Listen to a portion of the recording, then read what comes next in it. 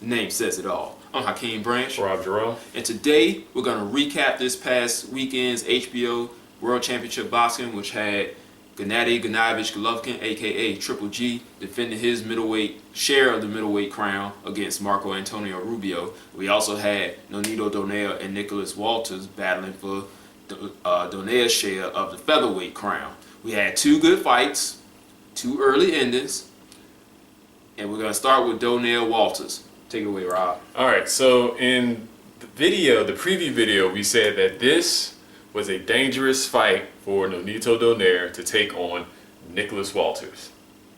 And what happened was Donaire-Walters said hello to the 126-pound division with a big, emphatic hello, because he knocked Nonito Donaire out. And to quote Nonito Donaire, he beat the shit out of him. Which he did. Now, Nonito Donaire has moved up from 112 to 126, which may not seem like a lot for the average person because it's only 14 pounds. Hey, that's a whole lot of weight when you're talking about fighting. That's right. And that's not really his natural, if in our opinion, that's not his natural division. And he was talking about going up to 130 and 135. Yeah, he learned that was going to be a big mistake.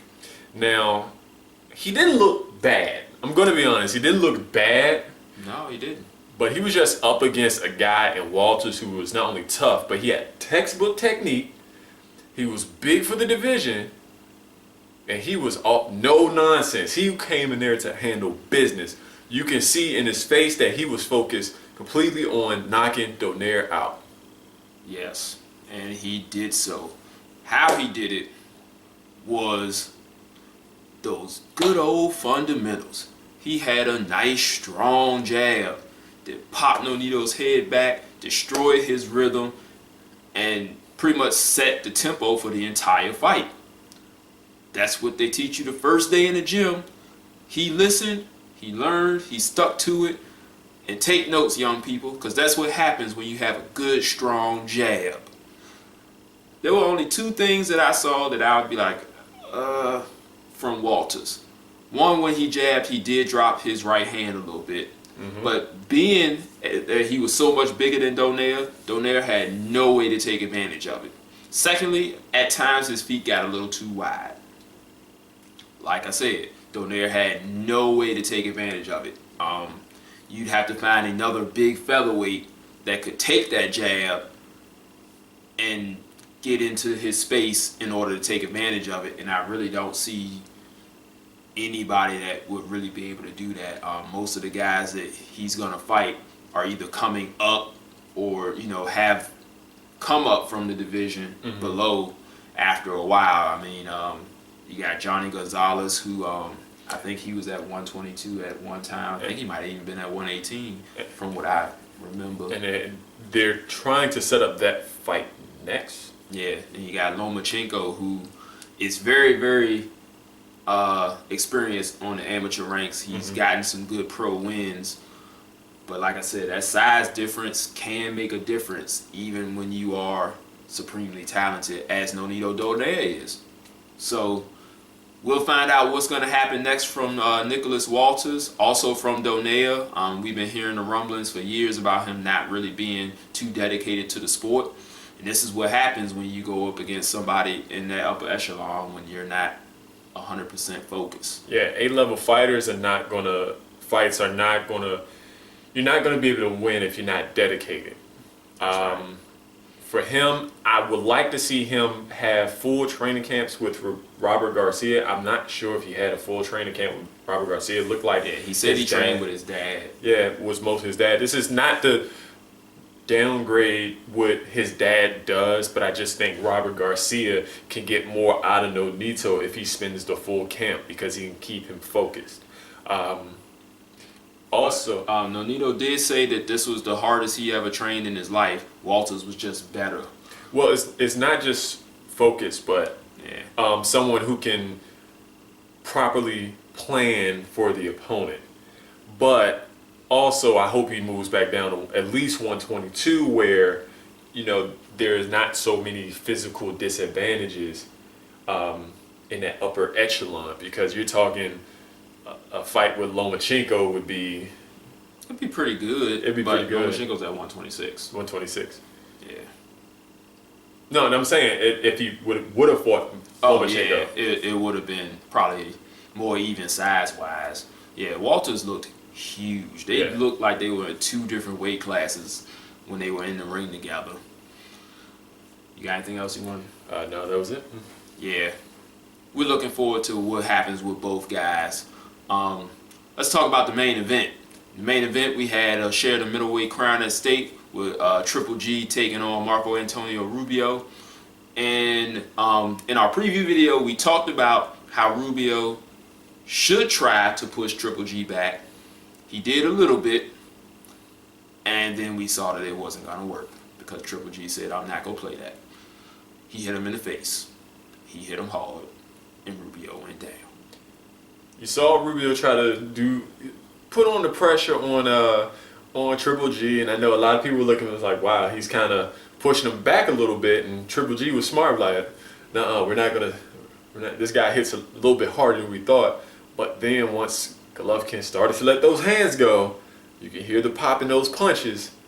And eventually, in the second round, went down with it was a right uppercut, and then the left hook was really one of those Marcos Maidana arm hook thingies.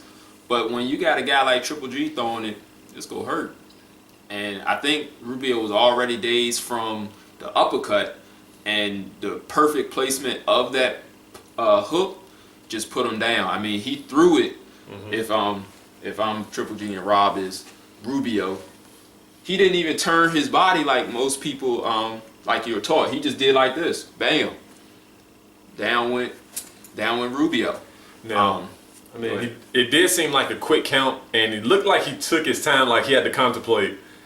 Do I want to get up and fight some more? Or not to say that he quit, but he was down there, and it looked like he had thoughts. He took his time. Yeah, which I'm not saying it don't take your time, but you could tell at about 7 to 8 when he was still on his back that he wasn't going to get up in time. Pretty much over. Yeah.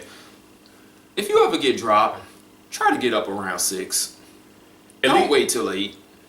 This always happens. They wait till like 8, 9, and then they get mad when the ref stops the fight. You know, it takes you a while to get up off your back or from off your face. Same thing with Nonito Donaire. Like, he tried to get up at like 8, 9, and the ref stopped the fight because he was still kind of, you're not all the way up. So, get up early. You got anything else? No. Yeah, we just got to see who Triple G fights next. He's supposed to fight the winner of Martin Murray and Dominique. I can't think of his last name, but it's gonna come. It's actually coming this Saturday on ESPN3 at 1:00. Gonna have to check that out. And that's gonna be over in Monte Carlo. They're trying to get Triple G 4 fights a year, and he's doing the best he can to get people in the ring with him. We got to get the guys to say yes. Whoever they say yes, put them in there, fight them. We always ask for our fighters to be more active. He's being active. They're people like, oh, he ain't fighting nobody. People got to sign the dotted line. If I'm reading right, he's supposed to fight Martin Murray in Monte Carlo in February, as long as Murray wins on Saturday. And then he's supposed to fight the winner of Canelo and Cotto. Which is still an interesting matchup. So you'll get the preview video when that fight comes. It's just if they can get all the particulars worked out. Yes. We're never really sure until the bell rings for round 1 that the fight's gonna go down. So that's really it. That fight was really cut and dry. So we'll catch you guys in the next video. Thanks for watching this one. If you like it, make sure you give it that good old like button. If you got anything you want to say, comment section below. You can hit us up on our Facebook page, Capital Combat. You can hit us up on our Google Plus page, same name. Or you can hit us up on our email, capitalcombat@gmail.com. Thanks for watching, guys, and we'll catch you in the next episode. Peace. This is round 1 and you've already lost. They don't seem to see that everything we've done is coming and cost. My fists are on fire, I perform till I perspire. My demons are in a rage, keep thinking that it's a game. I kick crime, hurricane, I told them liquid. Black Street Fighter.